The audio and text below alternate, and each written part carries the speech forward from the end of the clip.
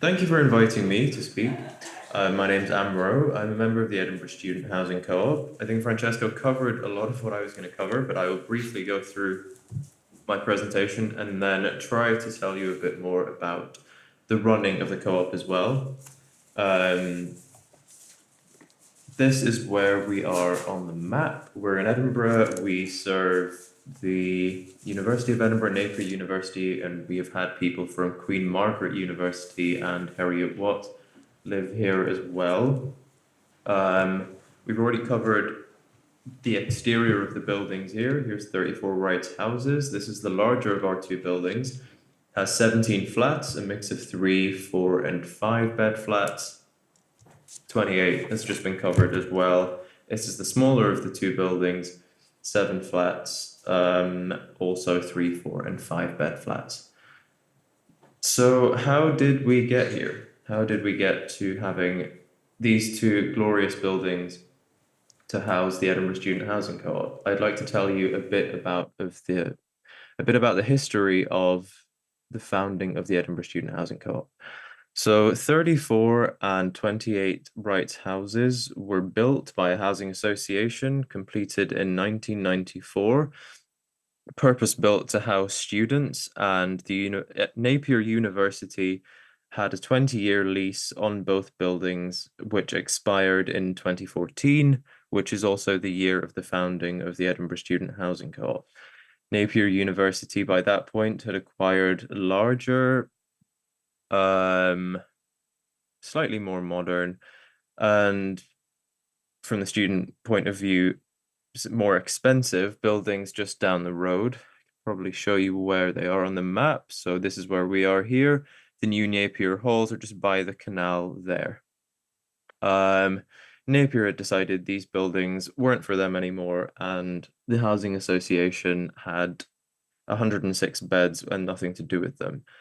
At the same time, a group of students from Edinburgh had come together with the ideal of setting up a housing cooperative and had been searching for properties. This had led them to working with the rector of the University of Edinburgh at the time, Peter Colm, I think, and the head of Edinburgh City Council, Cammy Day, in order to find a house for a student cooperative in Edinburgh. And this kind of embodies the active citizenship that continues to be a very vital part of being a member of Edinburgh Student Housing Co-op today. So even before the co-op had acquired the house, the momentum was there.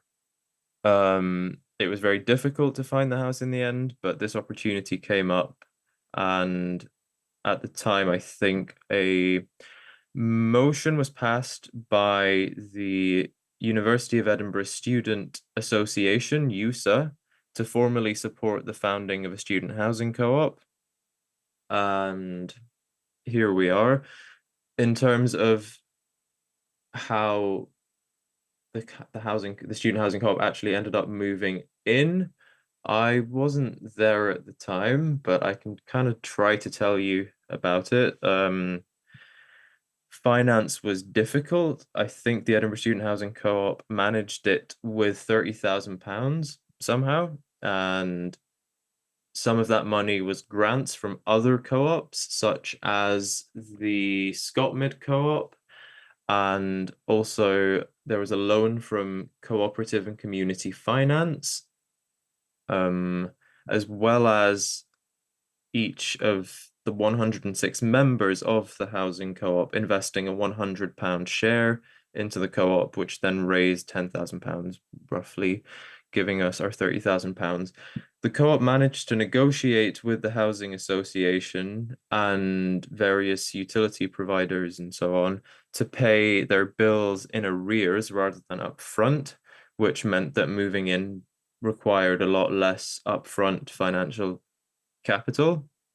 And with the rent being set at £305 per month, inclusive of all bills and some commonly available stuff as well, like soap, like toilet roll, blue roll, cleaning sprays, that kind of thing.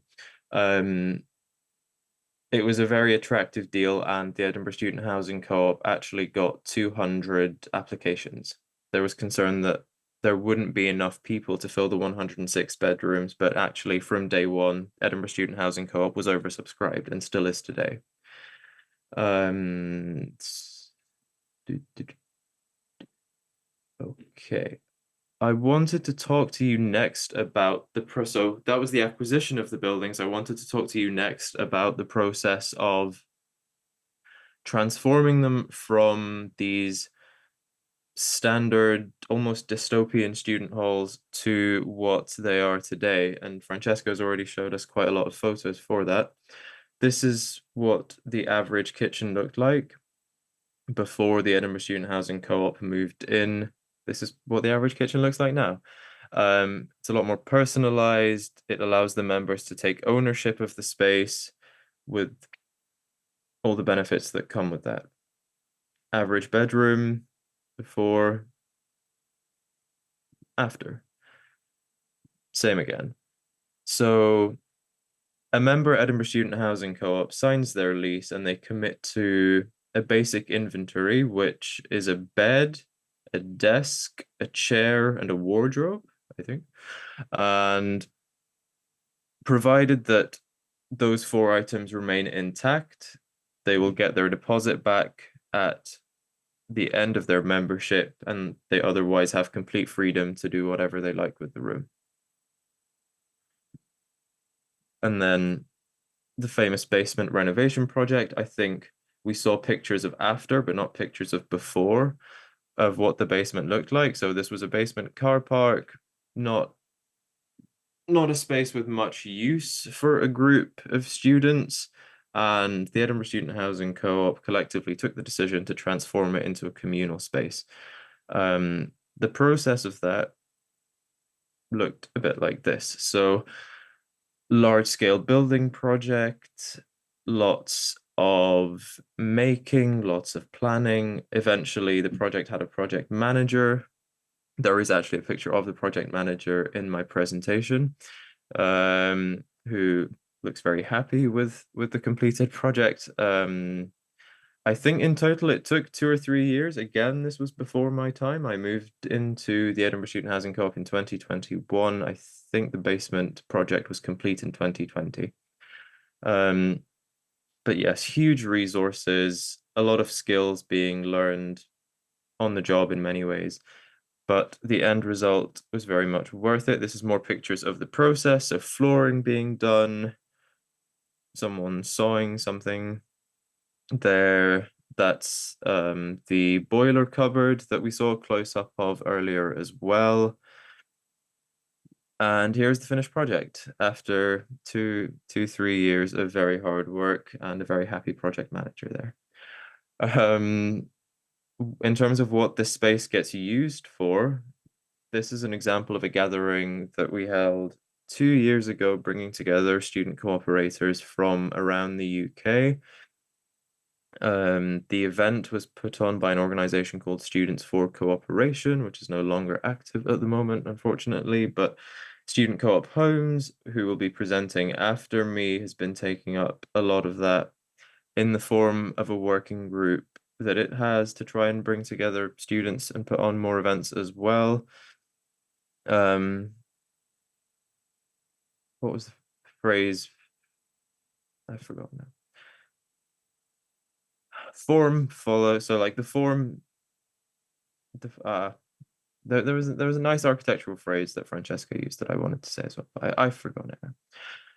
Okay, and finally, we have digital infrastructure within Edinburgh Student Housing Co-op as well. So as well as like physical provisions, we have digital ones. We have our own intranet, we have our own cloud storage, and this allows the members of the Edinburgh Student Housing Co-op to communicate with each other and do our operations without relying on the giant tech corporations like Google and Microsoft and so on. An example of one of the pieces of software that we use is here. It's called Zulip. I think it's open source software, but the like putting it together and managing it is completely in-house. We don't outsource any of our intranet stuff.